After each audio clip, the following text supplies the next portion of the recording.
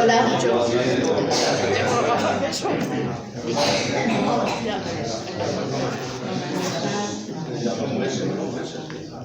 Buenas tardes. Buenas tardes a todas las personas presentes. En nombre del Centro de Estudios Bejaranos, muchas gracias como siempre por venir y agradecemos una vez más y siempre lo haremos a la Cruz Roja por habernos cedido este espacio magnífico para desarrollar nuestro ciclo de conferencias que hoy llega a su fin. Hoy va a intervenir nuestro compañero en el Centro de Estudios Bejaranos y antiguo presidente, don José María Hernández Díaz, que, bueno, aquí yo creo que todo el mundo le conoce. Él es catedrático de la Facultad de Educación, recién jubilado, con lo cual ahora trabaja mucho más que antes. Y bueno, pues entre otras montones de premios y de distinciones, pues bastante recientemente le nombraron doctor honoris causa por la Universidad del Meta en Colombia, que está en la ciudad de Villavicencio. Bueno, tiene premios relacionados con su especialidad, que es la pedagogía, la educación, pues muchos. El número de libros y de artículos es infinito. Vamos, tomar una lista de artículos es pues muchas hojas, ¿no? Entonces, bueno, pues no necesita presentación. Yo le agradezco muchísimo que haya aceptado culminar este ciclo de conferencias. Muchísimas gracias por venir y gracias por todo, como siempre. Y nada más, yo creo que es mejor que hable él. Le voy a pasar los... Bueno, no necesitas micrófono. Bien, pues...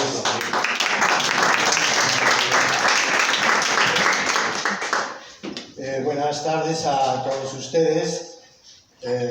Para mí, desde luego, es una alegría enorme volver una vez más, cientos de veces a Béjar y, bueno, cerca de aquí, sobre todo, generalmente he venido al Casino Obrero, pero no solo, y desde luego, pues también a una institución tan reconocida como es la Cruz Roja, que nace un poco después del fallecimiento de don Nicomedes a finales del siglo XIX. Para mí es una gran alegría encontrarme con amigos de siempre y hablar en esta ocasión también de don Nicomedes. En otro momento hablaremos de otras cosas, pero hoy corresponde hablar de don Nicomedes, a quien, bueno, pues he dedicado algunas horas de mi vida pues a leer, a pensar, a escribir sobre él y sigo en él, porque es una fuente, no digo que inagotable, porque todo puede tener su límite, pero es una fuente muy frondosa, muy fecunda, que nos invita constantemente a reflexionar, a pensar. Y aunque parezca mentira, trataré de indicarlo, aunque desde el campo de la filosofía, como era el suyo, y de la educación, pues trasciende también a la formación y al desarrollo de la industria textil, que es el referente que aglutina este ciclo de conferencias. Sobre todo pues, en un periodo de nuestra historia bejarana muy particular, como es el del Manchester castellano en el siglo XIX, así se le conoció periodísticamente, emulando pues el mundo fabril de Manchester en Inglaterra, donde, bueno, se estaba produciendo una gran revolución industrial, y siguiendo esas pautas, pues el modelo muy atípico de la ciudad de Béjar, pues estructura su vida pública, su vida social, empresarial, en torno a lo que representa la revolución industrial. Pero no vamos a hablar mucho de ello hoy, o lo indispensable para poder comprender algunas de las reflexiones que nos invita don Nicomedes Martín Mateos, una personalidad tan significativa y tan especial en la historia del siglo XIX, en el pensamiento filosófico español y europeo, y por supuesto para la ciudad de Béjar. Pero no quisiera hoy desviarme demasiado al hacer una biografía de Nicomedes. Bueno, hay publicados algunos trabajos de distintos autores, yo también he hecho alguna cosilla, y creo que es suficiente para enmarcar el significado y la personalidad de don Nicomedes. Por lo tanto, muy agradecido, muy contento de estar compartiendo con ustedes algunas de estas reflexiones. Bueno, el ciclo de conferencias, según me cuentan a mí algunos pajaritos que tengo por ahí, pues está saliendo muy bien, está siendo muy sugerente, muy novedoso, muy exitoso. Cuando pues nuestra presidenta, nuestra amiga Pepa, pues, bueno, y Carmen sugirieron este ciclo, yo pensé, digo, bueno, ¿qué pinto yo en bueno, pues en un ciclo de conferencias donde sobre todo se va a hablar de patrimonio industrial, de patrimonio textil? Yo no voy a hablar de eso, pero sí voy a hablar de algunos aspectos educativos que se derivan de la obra importante en el plano filosófico de don Nicomedes Martín Mateos. Y me pareció oportuno, no sé si lo ven ustedes,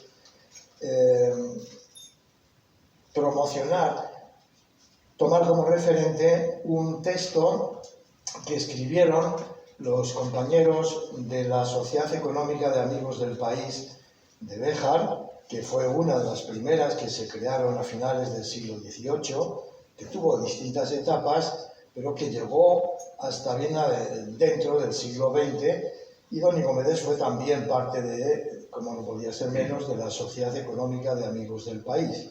Los Amigos del País siguen siendo, pues porque la Económica Matritense, la de Madrid, sigue teniendo su archivo y sigue teniendo su casa en la Plaza de la Villa. Y hay pues varias sociedades económicas que tienen alguna o mucha vitalidad, ¿no? Ya no es el caso de la de Béjar ni de la mayoría de las sociedades económicas. Los económicos del país, los amigos del país, nuestros centros de estudios locales tienen bastante de amigos del país. Era un proyecto ilustrado que buscaban desarrollar en todos sus aspectos las comarcas, las ciudades de la España del siglo XVIII, a partir de 1775. Y para ello, pues, aunaron los esfuerzos de algunos clérigos, de algunos militares, de algunos profesionales, de algunos representantes de la incipiente burguesía, para unirse y promocionar desde sus distintos puntos de vista el patrimonio y todo el conjunto de elementos del desarrollo económico, social, cultural, educativo de la España del momento. Se crearon en torno a 150 sociedades económicas de amigos del país en toda España. Una de ellas, no menos importante que las demás, por favor, fue la de Béjar. Pues bien, unos años antes, 5 años antes 3 años antes, mejor, de fallecer don Nicomedes, en 1887, la sociedad bejarana le dedicó un álbum que se conserva, un álbum dedicado expresamente a testimoniar y ensalzar pues, los aspectos más favorables de la contribución de don Nicomedes a la ciudad de Béjar en todas sus dimensiones, en todos sus aspectos. Es un texto muy interesante, muy enjundioso, porque ahí están representadas todas las fuerzas vivas, todos los elementos culturales, pero también industriales, empresariales de la ciudad de Béjar. Y sus colegas de la Sociedad Económica de Amigos del País de Béjar, en ese momento, han dejado una firma muy interesante, uno de cuyos textos dice que el mejor obrero de la humanidad es aquel que procura enseñar a sus semejantes. Por lo tanto, es una apuesta firme por la formación, por la educación. Todo eso, lógicamente, referido en honor a don Nicomedes Martín Mateos. Bien, por lo tanto, esta es una de las claves de esta breve intervención que vamos a compartir esta tarde todos ustedes y yo mismo.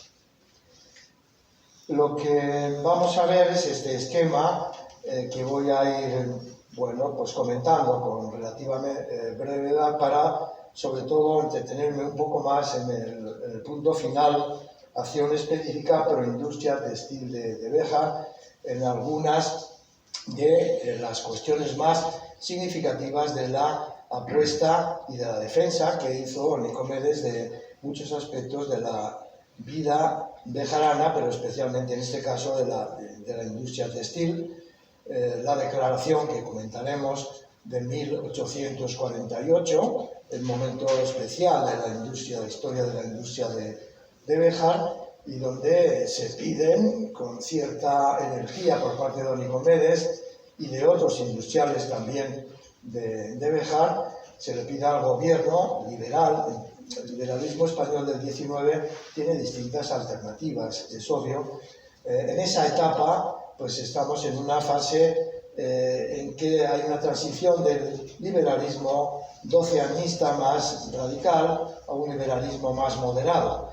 Don Nicomedes inicialmente ha estado siempre vinculado al liberalismo doceanista en su primera fase, en lo que no evita que su planteamiento ideológico pues, fuera pues, más llamado a la tolerancia y al encuentro y al diálogo más que a la radicalidad.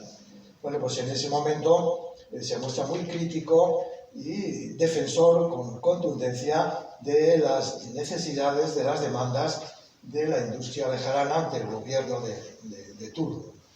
Un segundo aspecto que hemos de comentar es el papel tan protagonista que desempeñó don Nicomedes en la adquisición para Béjar de la dotación de la escuela industrial. De la escuela industrial, que fue también una asignación del gobierno. Se crearon en 1852 8 escuelas industriales en toda España, una de las cuales fue destinada a Béjar, ¿no? Bien, pues qué duda cabe que él, siendo alcalde en esos momentos, luego lo vamos a comentar, consigue arrancar del gobierno esta asignación. Y no solo eso, sino que él va a ser el director desde 1852 a 1867, cuando cierra durante 12 años la escuela hasta 1879, en que se convierte en Escuela de Artes y Oficios, pero durante 12 años no funcionó. Por lo tanto, la historia de nuestra escuela industrial, Javier lo sabe muy bien, y muchos compañeros, Ramón, pues ha tenido distintas importantes alternativas hasta, bueno, pues encontrarse en un momento feliz como el que en estos momentos puede ofrecer. Pero no olvidemos que el origen, los inicios de lo que hoy somos como escuela industrial, como escuela de ingenieros industriales, tienen sus raíces en el momento álgido del protagonismo y de la revolución industrial en España, como fue en 1852. Pero no solo fue el gestor, el organizador del plan de estudios, que es muy interesante para la formación de los obreros textiles bejaranos, sino que también fue profesor comprometido en 2 materias que él consideraba centrales, como eran la filosofía y las matemáticas. Él, lo voy a mencionar muy de pasada, era un pensador platónico, que concedía, como el mismo Platón, un peso fundamental, organizador a las matemáticas en el pensamiento de las personas y en la construcción de la filosofía. Por lo tanto, puede parecer una contradicción, pero aparentemente para organizar el pensamiento y la vida de los obreros textiles bejaranos era muy importante enseñarles matemáticas de manera muy motivada y muy bien organizada. Y al mismo tiempo filosofía, que para él iban profundamente interconectadas. Por lo tanto, la vida de la escuela industrial, en esa etapa no se puede entender de ninguna manera sin la posición no protagonista, sino animadora, de gestión y de apoyo permanente cotidiano de don Nicomedes a la formación de los obreros textiles bejaranos.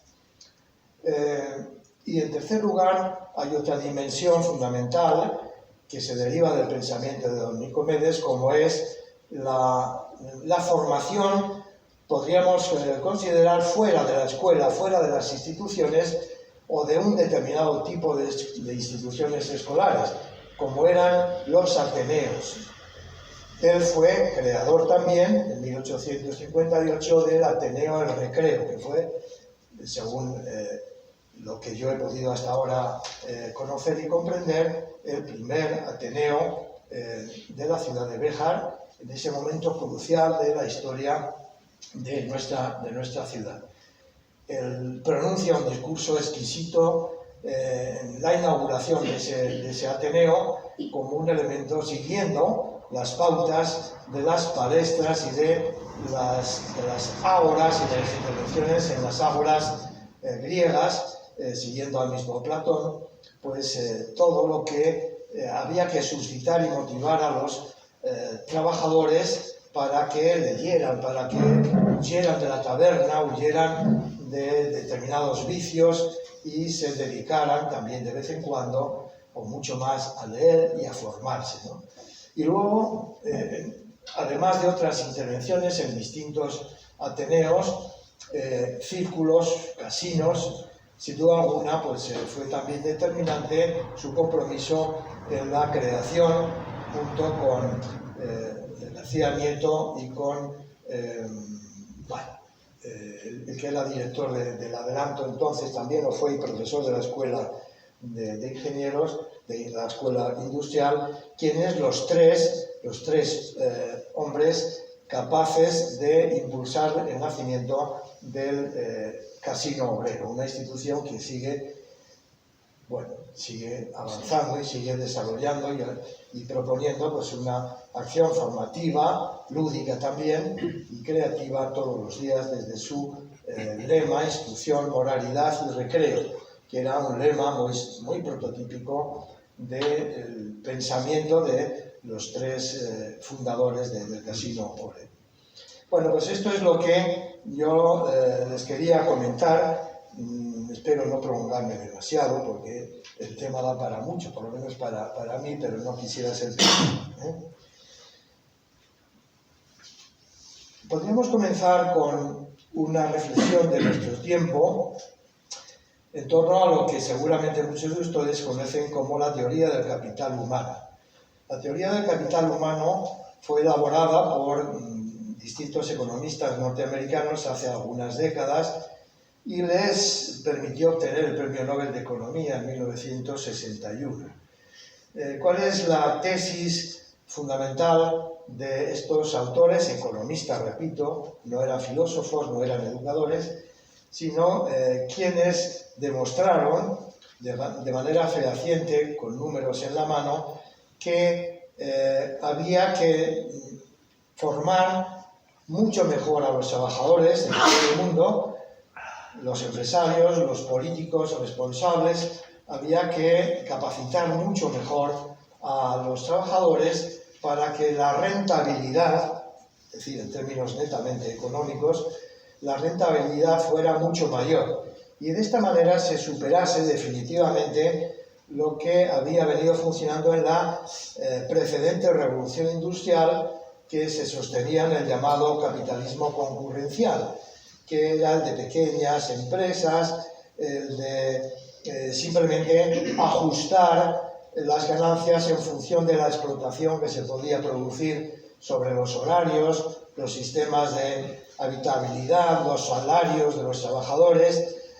Ellos demostraron que ese modelo económico estaba agotado y que era impulsar otra vía mucho más novedosa en términos económicos, mucho más limpia también desde el punto de vista de las prácticas sociales.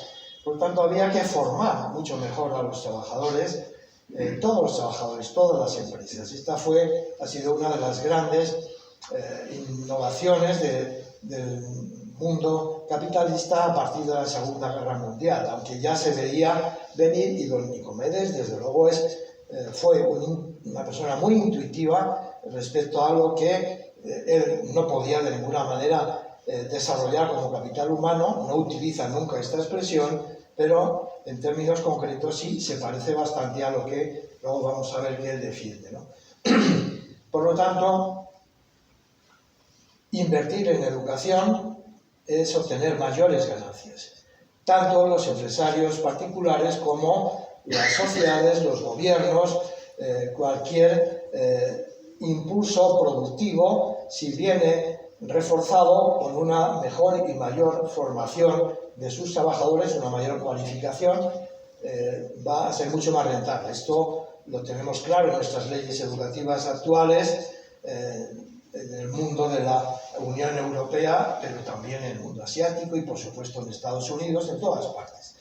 Ya no hay nadie que sea inversor ni gestor de bienes públicos que no haya comprendido este mensaje que en los últimos 50 años pues está a la orden del día, ¿no?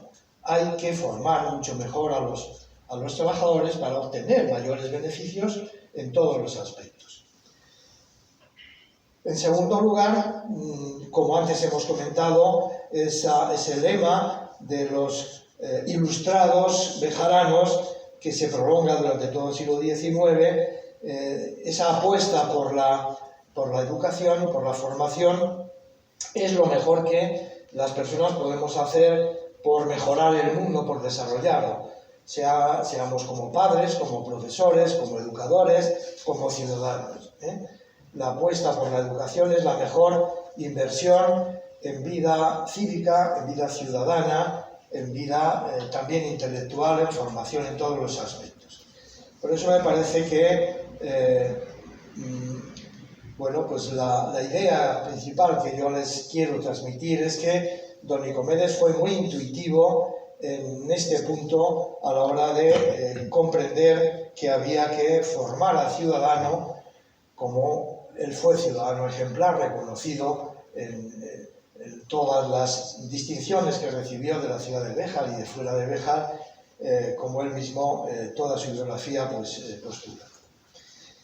Bien, voy a hacer un recorrido breve, o relativamente breve, de algunos aspectos de su vida para comprender mejor lo que viene luego a continuación. Su familia llega a Béjar, una familia sencilla, trabajadores de la albañilería. Él estudia en el convento de San Francisco en una primera etapa. Él pues va a recibir de los padres franciscanos las primeras formaciones. Lógicamente, en esa etapa y durante mucho tiempo después, el ascenso social y cultural de los sectores populares menos pudientes se producía a través de la Iglesia, a través de los centros, ya fueran seminarios o fueran centros de monjes o de frailes. Y su caso no dejaba de ser uno más. Pasa poco después al seminario de Plasencia, donde pues va a recibir, pues, con toda la presión del momento, una formación muy rancia, muy dogmática, muy escolástica,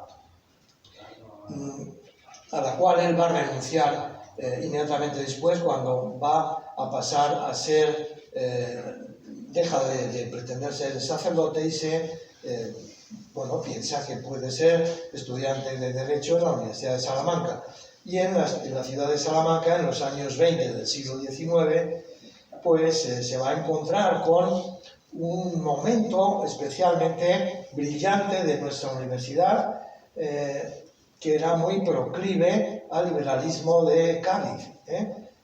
Ahí he mencionado algunos de los más insignes y señalados profesores: Justo García, Toribio Núñez, Carlos Martel, y especialmente su colega y amigo Álvaro Gil Sá, que tiene dedicada también una calle en Salamanca, y que fue un protagonista del liberalismo español y salmantino durante todo el siglo XIX, y que fueron amigos durante toda su vida. Fueron colegas. Bueno, ¿qué es lo que ocurre en esos años críticos de estudiante de don Nicomedes en la Salamanca del momento, que coincidía con una etapa, repito, muy brillante de nuestra universidad, y especialmente el grupo de profesores que además habían sido principales impulsores de la Constitución de Cádiz, nada más y nada menos?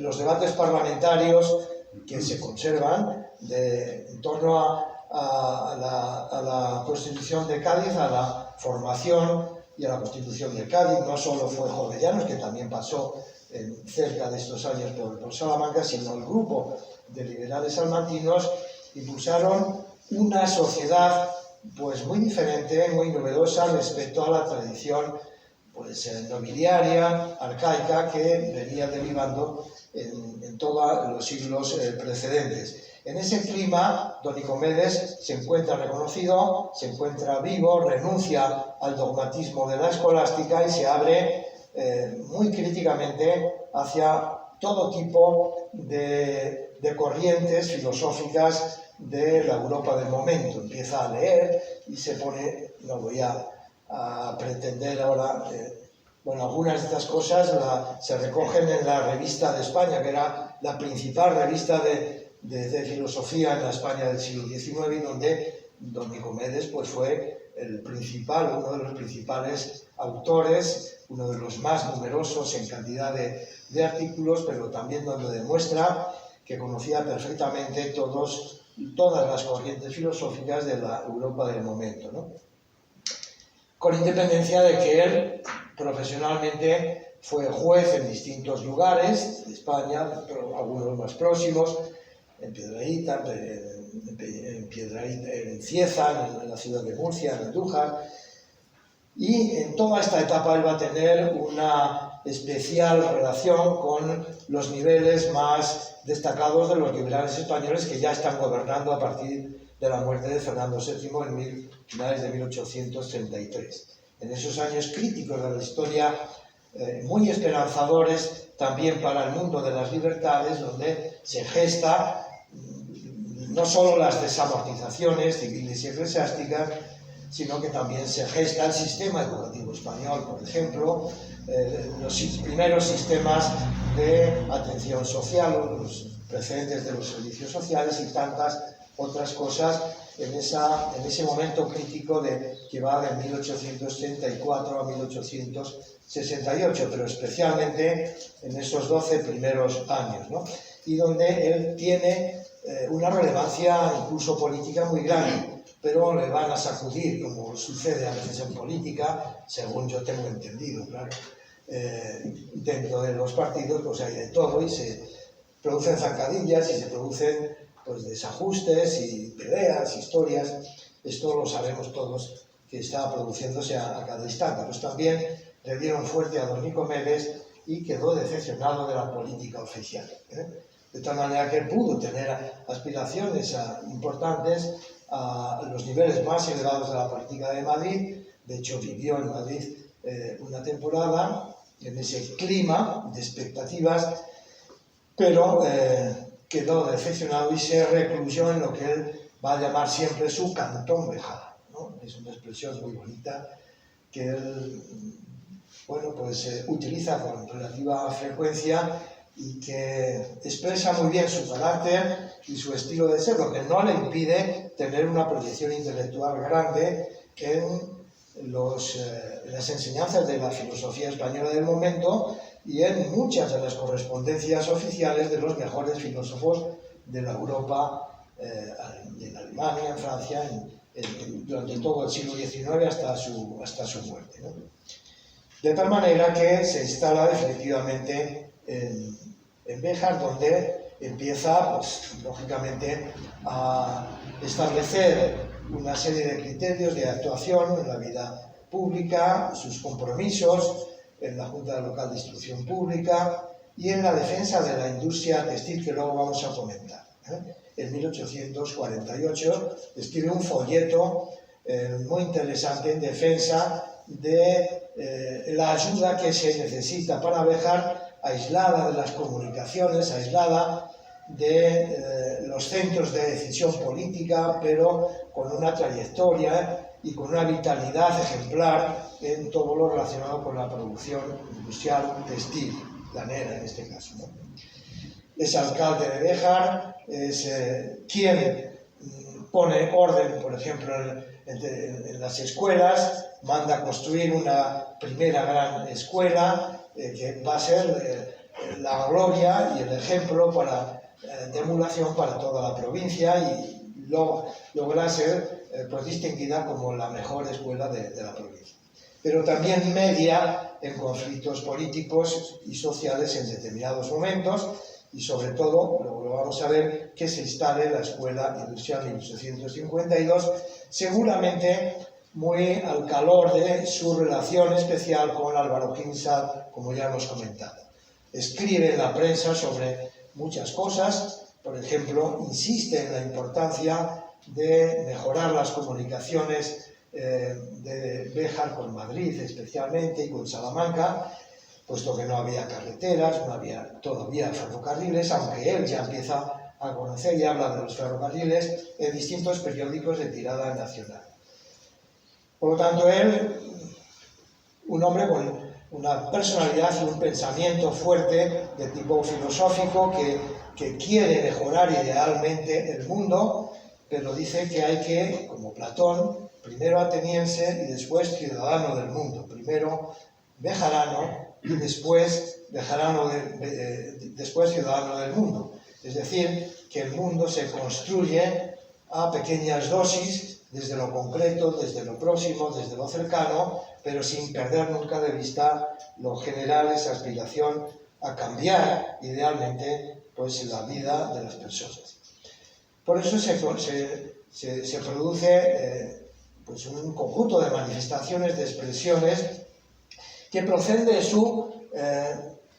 su fortaleza filosófica en lo que él llama la filosofía práctica, que es la gran obra que es el curso de filosofía, que está estructurado en distintas partes, pues es un libro de metafísica, o sea, no es un libro fácil de leer, pero una de sus partes va dedicada al compromiso concreto con la transformación de la realidad a que se aspira, y por eso lo denomina la ética, ¿no?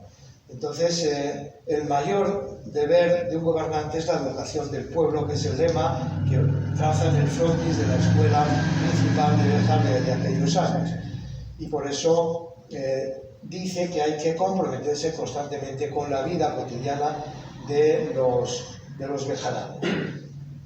No solo es profesor en la escuela industrial, es profesor también en el colegio que su amigo Juan García Nieto, Eloy Bejarano, van a ser algunos de sus alumnos Dorado Montero, nada menos, un gran penalista, catedrático de Derecho Penal de la Universidad de Salamanca y uno de los creadores de la pedagogía correccional en el mundo, de una proyección importantísima para la transformación de los criterios que deben regir en el funcionamiento de las cárceles en todo el mundo y, por supuesto, en España.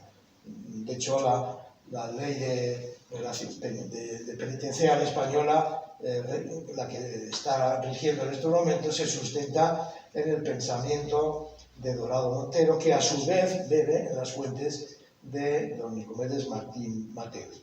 Como decía antes, es educador con sus conferencias en ateneos, en casinos, en distintas sociedades, educa también a través de sus escritos en la prensa y en revistas. También es el promotor, uno de los promotores principales de la Casa de Caridad, institución tan querida en la ciudad de Béjar. Pero sobre todo es un autor de una obra filosófica impresionante. Él pudo haber sido catedrático de filosofía en cualquier universidad española, pero tampoco gozó de los apoyos suficientes y de hecho pues tuvo pues, críticas y enfrentamientos y polémicas. Don Nicomedes mantuvo muchas polémicas filosóficas con varios de sus colegas, por ejemplo, don Ramón de Campoamor, a quien consideraba él un filósofo más bien segundón, y tiene escrito pues, una obra de contestación, de polémica sobre temas metafísicos de filosofía que consideraba que no estaban bien abordados por Campoamor. Pero sobre todo, como antes indicaba, el curso de filosofía, el espiritualismo. Y desde luego él pasa de una posición agnóstica completa a una posición de un cristianismo abierto y liberal, no un cristianismo escolástico ni dogmático. Él va a ser crítico con muchas de las posiciones de la Iglesia de aquellos momentos, que era una Iglesia fundamentalmente una institución muy dogmática. Pero él es un católico profundo y practicante de otro tipo de espiritualidad que tiene una raíz platónica, como buena parte de las interpretaciones del cristianismo actual también, que incluso místico, que tiene bueno, pues un reconocimiento muy claro, no solo en esa etapa, sino posteriormente, todo lo que es el agustinismo como corriente filosófica dentro del catolicismo. Y escribe pues, muchos textos de filosofía en diferentes revistas de la época, por ejemplo, la Revista de España. Él es una representación de buenas costumbres, mores et imagines, ¿no? Aquí hay catedráticos de latín que me enseñaron a mí mucho latín cuando yo era estudiante, el profesor Marcos Casquero, y sabe muy bien lo que significan mores et imagines, mucho mejor que yo. Son las costumbres, las formas de ser en la vida cotidiana y la imagen que se traslada desde la personalidad de cada uno. El ser ciudadano ejemplar en el día a día, en el compromiso con los próximos, con los ciudadanos. Y por lo tanto, es una expresión de tolerancia intelectual, política y ciudadana. Él es amante de la lectura y de la reflexión, de la introspección y de una cierta melancolía interior. Por eso, él es el soñador, como el ruiseñor de la Fuente Honda, que escribe un folleto precioso que se titula así, El ruiseñor de la Fuente Honda. Bueno, tiene dos versiones del mismo, que es una invitación al pensamiento filosófico, pero es una invitación a estudiarse a sí misma, a ser introspectivo cada uno consigo mismo, con él, y ver qué papel tenemos cada uno en el mundo. Por lo tanto, su conducta se acopla a su pensamiento, su conducta cotidiana y ciudadana, a su pensamiento, que es un pensamiento optimista de mejorar el mundo a través de la tolerancia, a través de la cultura, a través de la educación. Por eso yo creo que es un transmisor, un comunicólogo, un semiólogo moral e intelectual muy importante en su época, y desde luego para la ciudad de Béjar, para todo su entorno y para la sociedad española, porque era muy conocido desde Béjar en toda la sociedad española. Pero vamos a detenernos específicamente un poco más en tres aspectos que ya he ido desgranando sobre la acción específica en pro de la industria textil de Béjar, que es lo que hoy, de alguna forma, nos perfila en este ciclo de conferencias. En 1848, Béjar se veía, y los industriales bejaranos del momento, bueno, pues los que fueron pues, creadores de muchas cosas, impulsores, la burguesía industrial más dinámica, que impulsaron desde el Teatro Cervantes a, bueno, pues todo lo que era, por supuesto, su vida empresarial, las comunicaciones, impulsaron la Casa de Caridad, impulsaron todo lo que fue una vida distinta y novedosa en el Béjar del momento. Se veían desprotegidos, se veían maltratados, podríamos decir, por algunas de las políticas centrales proteccionistas de las políticas centrales. Y entonces él clama en este folleto de 1848 contra esas políticas y pide que se sea sensible hacia las tradiciones, hacia todo lo que representan los impulsores de la industria bejarana, el dinamismo y los puestos de trabajo también de los trabajadores, de los operarios textiles bejaranos. En definitiva, él, ya un hombre con cierto o mucho reconocimiento intelectual en la España del momento y la política liberal del momento, pide que bueno, se contemple la peculiaridad de Béjar, que no es Castilla, que no es Extremadura, que tiene su identidad, que tiene su personalidad y que tiene una tradición especial que casi ninguna ciudad y núcleo, ciudad de estas características de la España interior tiene como Béjar, ¿no? Bueno, surgió o no efectos este folleto, esta propuesta crítica de los industriales bejaranos, y en nombre de ellos también don Nicomedes, pues yo creo que tuvo algunas consecuencias indirectas a medio plazo. Una de esas consecuencias pudo ser, creo que fue, la creación de la Escuela Industrial en 1852. Como antes se les he indicado, era una etapa especialmente floreciente de la revolución industrial en España, de la creación de una cierta vitalidad o mucha vitalidad en ciertas áreas, especialmente en Cataluña, en algunas partes de Valencia, incipientemente en el País Vasco, nada nuevo que no nos suene, y de Madrid, algo de Málaga, y luego pues estaba representado el islote de Béjar, que daba muy a desmano de todo, de la corte, de las comunicaciones, y por eso necesitaba un impulso mayor que a través de propuestas como la de don Nicomedes se traducía en la necesidad de ser competitivos, pero formando, capacitando, mejorando la cualificación de los operarios textiles, y para ello se necesitaba disponer de una institución formadora, de la cual se carecía en esos momentos en España. He dicho que fueron 8 las escuelas que se crearon junto con la de Béjar, para impulsar precisamente una mayor racionalización, impulso y competitividad de la vida y de la producción industrial, ¿no? Bien, por ello se crea esta escuela. El discurso que pronuncia en la escuela industrial el día de la inauguración lo hemos publicado en la revista Estudios Bejaranos hace algunos años.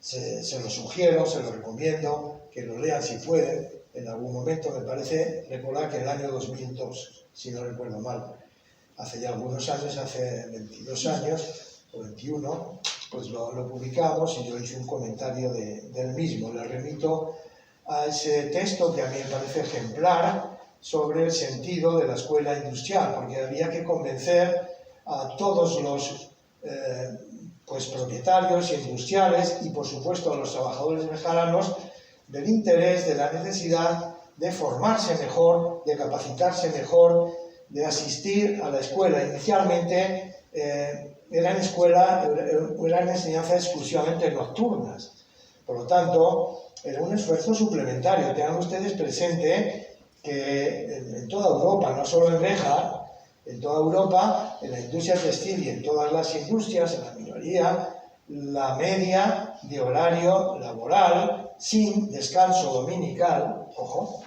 sin descanso dominical, era de 12 a 14 horas diarias, sin descanso, sin vacaciones, sin descanso dominical y con un sistema de explotación más o menos riguroso, exigente en las fábricas, y especialmente a las mujeres, porque la industria textil tenía, no solo en Béjar, sino en todo el mundo, en Manchester, pero también en Bruselas y también en Rotterdam y en Ginebra, en todas partes, era una fuerza de trabajo principalmente o casi exclusivamente femenina, sobre todo para los trabajos más rutinarios. Piensen ustedes en cientos, miles de mujeres jóvenes que trabajan durante horas en la industria textil y que pues van a tener escasísimas oportunidades de formarse, de acceder a los bienes de la cultura.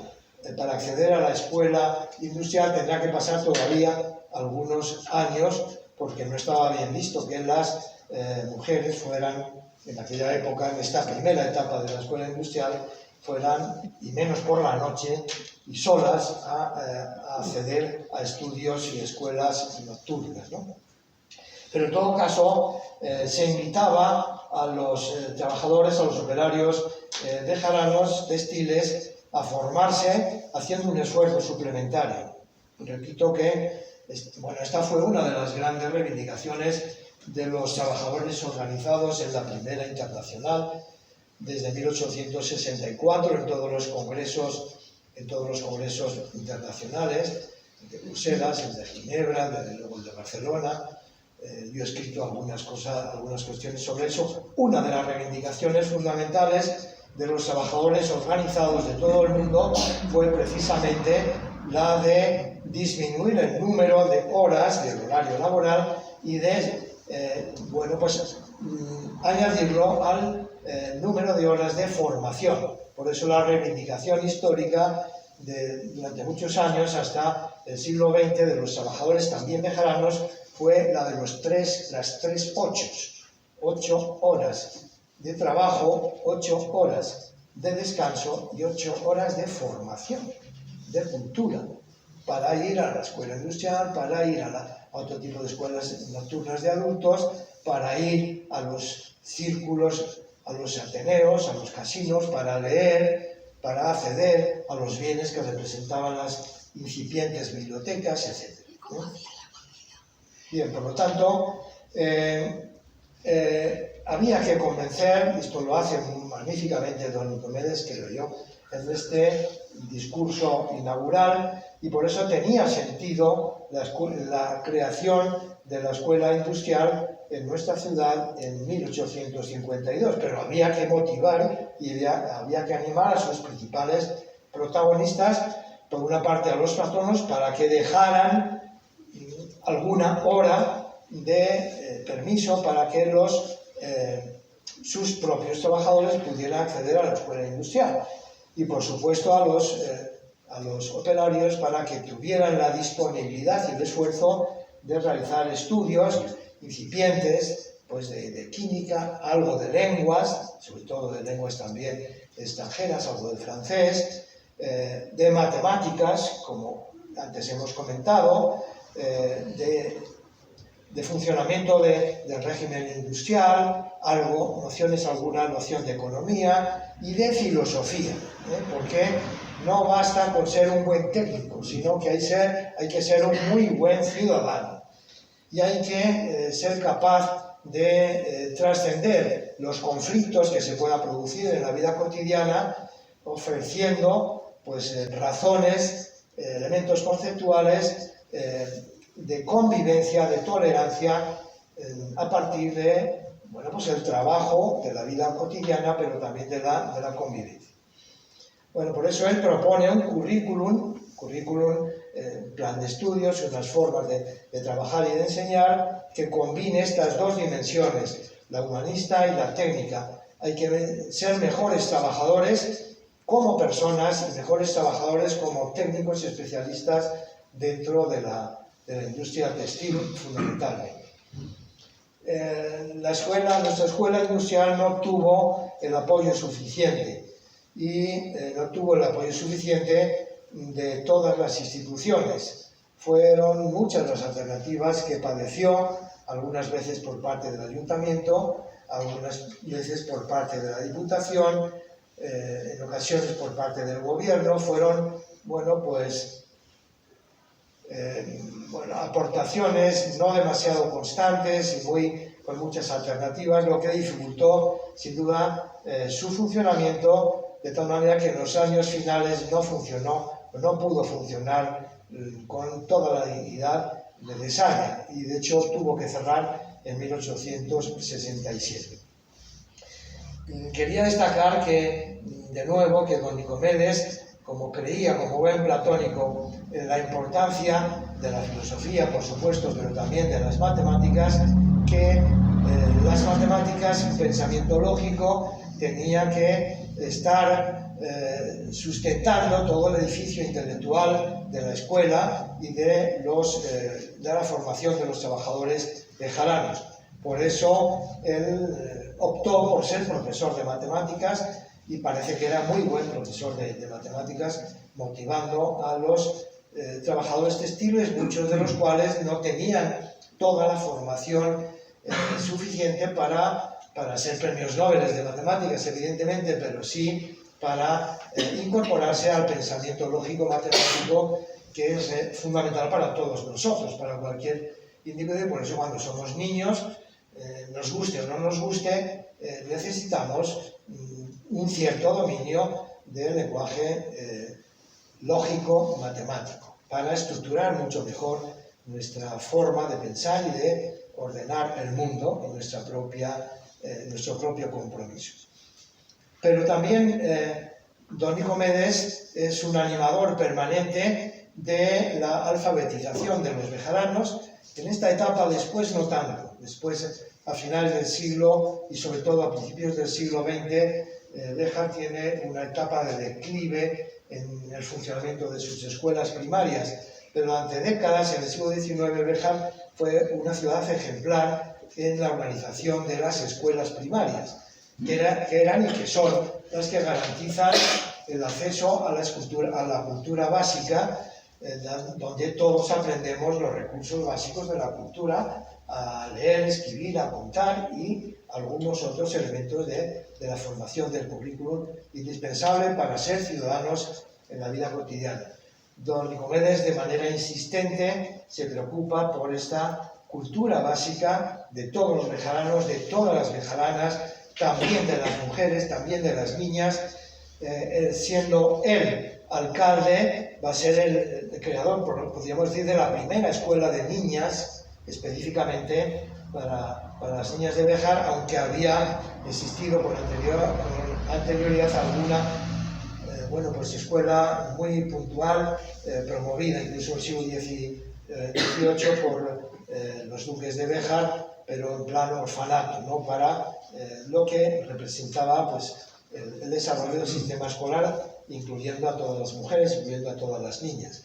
De tal manera que disminuye el alfabetismo masculino y femenino en la ciudad de Béjar de una manera drástica en la segunda mitad del siglo XIX. Luego se va a producir un mantenimiento, una situación de estancamiento por muchas razones. Hay cambios importantes en los ayuntamientos y en los gobiernos de España en relación con la educación. Bien, pero también antes lo comentaba, es importantísima la tarea formativa y cultural de los espacios de sociabilidad. El concepto de sociabilidad es un concepto muy rico, que no solo es, como a veces pues, se resume de forma drástica y penosa, me parece a mí, en el lugar donde se va a jugar a las cartas, donde en el mejor de los casos pues se escucha algún concierto de música, pero eso solo de manera puntual, sino donde habitualmente hay una biblioteca, donde hay conferencias, hay ciclos de conferencias, donde hay a veces clases nocturnas, donde hay pues vida cultural, hay recreo, pero hay una disponibilidad para mejorar la vida personal, la vida colectiva, la vida moral y desde luego pues todo lo que incluye la instrucción y la formación de los trabajadores. Y en Béjar se van produciendo, a partir de esta primera experiencia que fomenta don Nicomedes en 1858, la idea de un Ateneo. Un Ateneo tenía como referencia el Ateneo de Madrid. El Ateneo de Madrid es pues una expresión del mundo ilustrado, liberal. En el mundo ilustrado existían los espacios de sociabilidad que eran los salones elegantes, que eran los lugares, los salones de baile, donde había una sociabilidad para la aristocracia y para la altísima burguesía, pero no existían otros espacios de encuentro de sociabilidad de la burguesía industrial o de la burguesía más pequeña y mucho menos de los trabajadores, ¿no?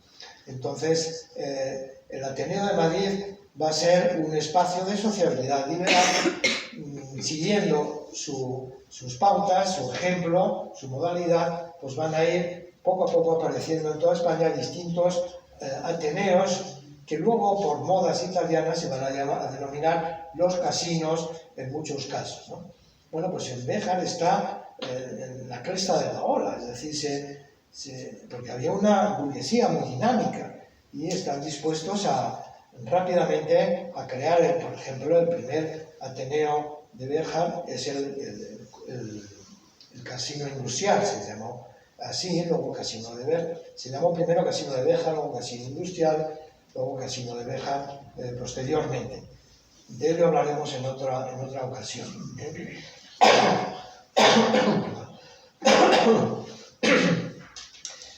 Pero no solo fue, el primero de todos fue el recreo, el Ateneo del Recreo, y luego el casino industrial. Luego nacen otros. Cada espacio de encuentro de los trabajadores iba a tener su espacio, y esto se va a producir y van a mantener una continuidad enorme durante casi todo un siglo. Cada sector social, no olvidemos que Béjar va a ser también una ciudad de dicotomía social, donde hay una división social a veces muy profunda.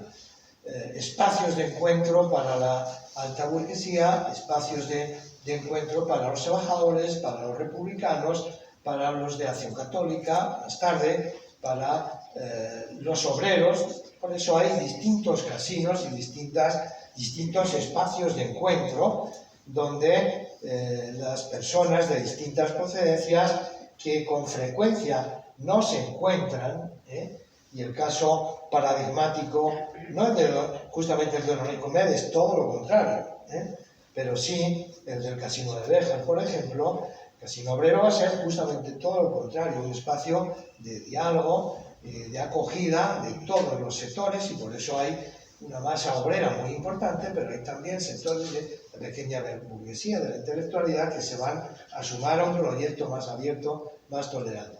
Pero hay otros sectores de la alta burguesía bejarana que nunca va a renunciar a tener su espacio de sociabilidad distintivo, el Casino de Béjar. Bueno, pues don Nicomedes va a... Bueno, pues de ninguna manera se puede hablar en su pensamiento de vender el producto, ni mucho menos, de difundir el mensaje clarificador y tolerante de la cultura, de la educación para la mejor convivencia y para la mejor formación de la masa de trabajadores textiles de la ciudad de Béjar. Bueno, esta era la referencia al folleto que se me olvidó antes comentar.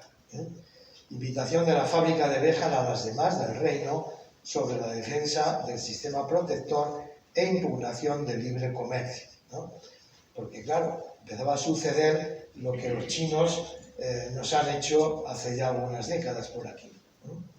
Bueno, los chinos y otra gente, las grandes multinacionales, procedan de la India, procedan de Bangladesh. La mayoría de nuestros tejidos, de nuestras camisas, proceden lamentablemente no de Béjar, sino de Bangladesh o de China.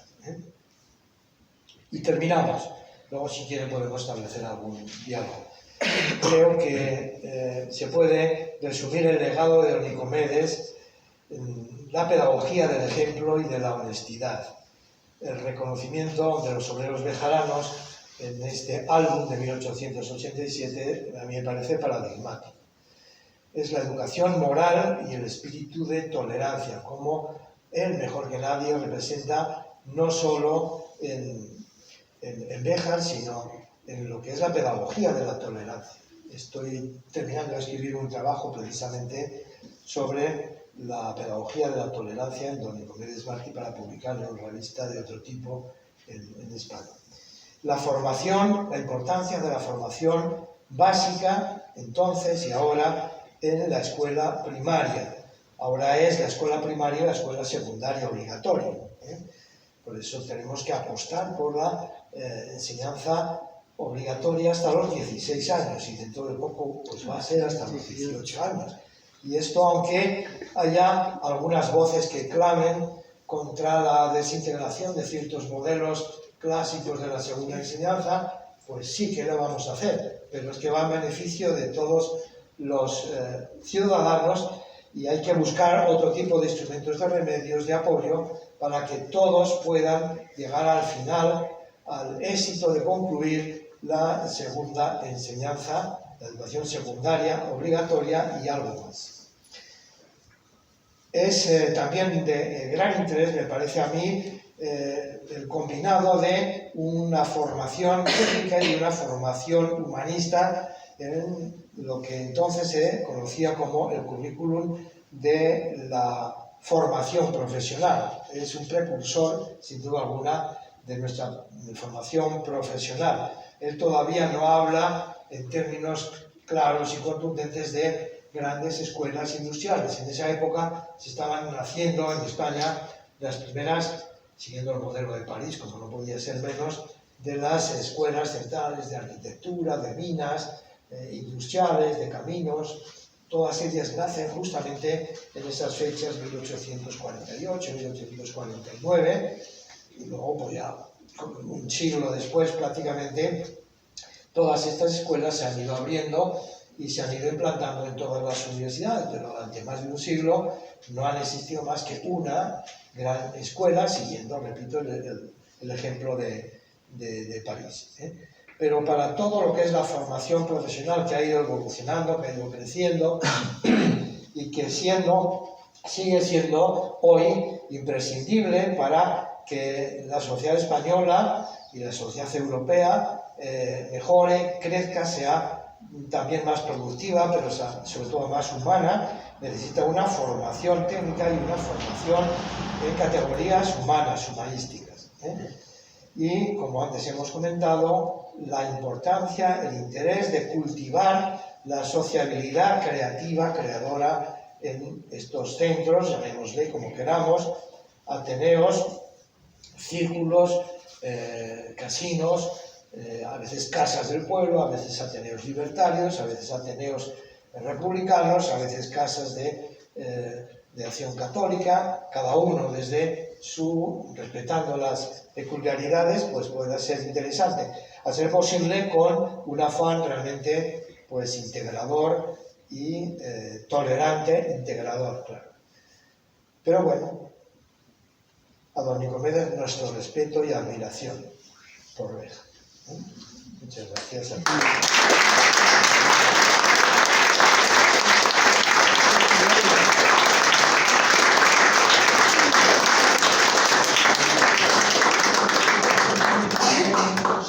Sí. Bueno, si queréis hacer alguna pregunta a alguien.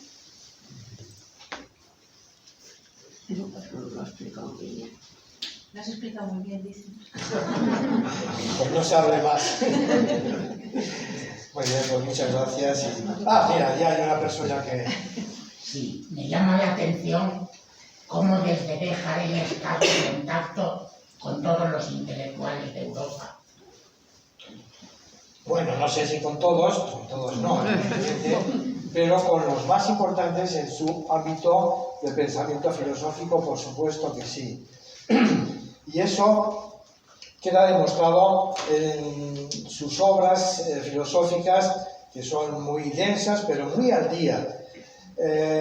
Conoce el pensamiento filosófico alemán y el francés, y el pragmatismo inglés, está al tanto con lo más novedoso del pensamiento italiano, con el positivismo, y él finalmente confluye en el espiritualismo, que no es un espiritualismo rancio, porque a veces ha habido interpretaciones del pensamiento de don Nicomedes, en mi opinión, un poco, bueno, pues no sé si equivocadas o discutibles como poco, ¿no?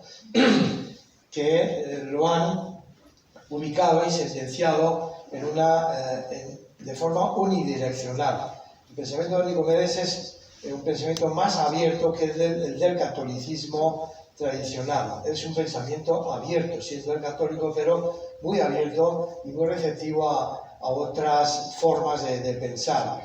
Él está muy al día y lo demuestra.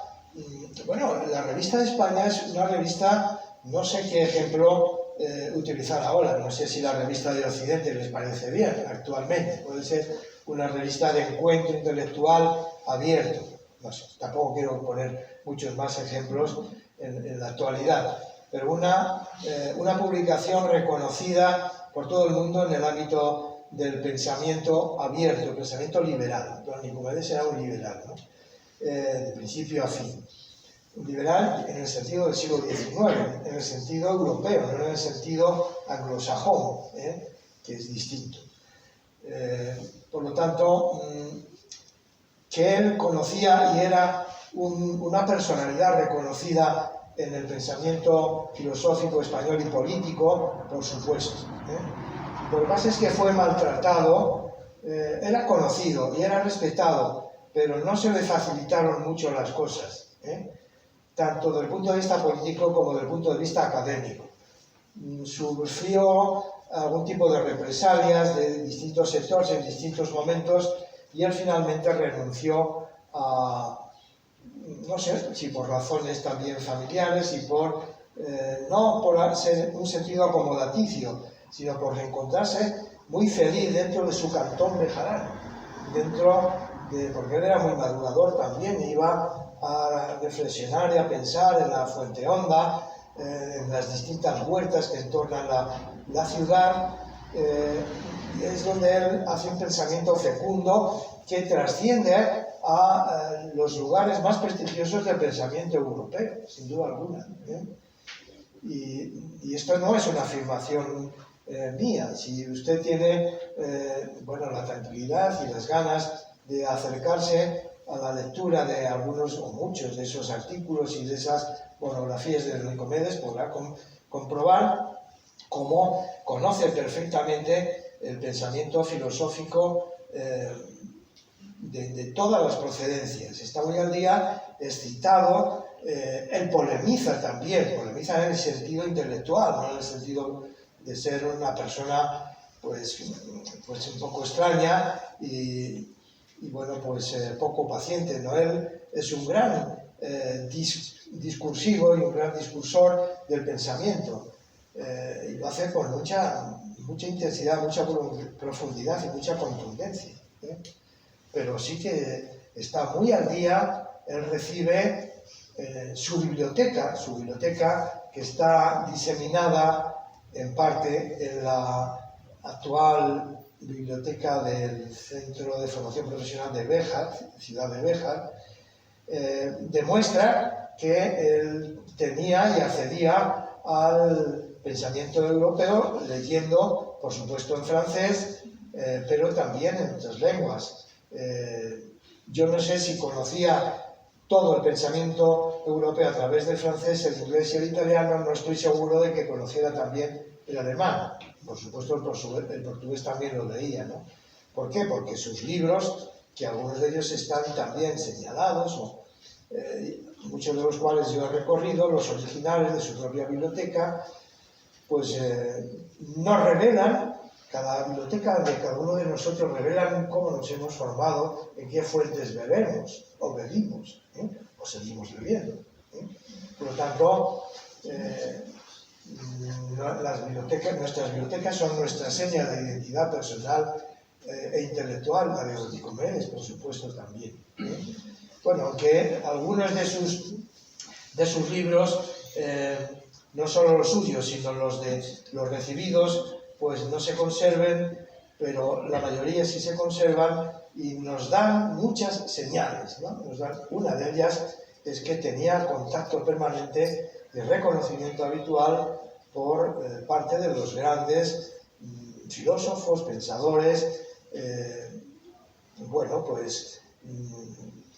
responsables del derecho político internacional del momento. No sé si he respondido a su pregunta. Muy completo, gracias.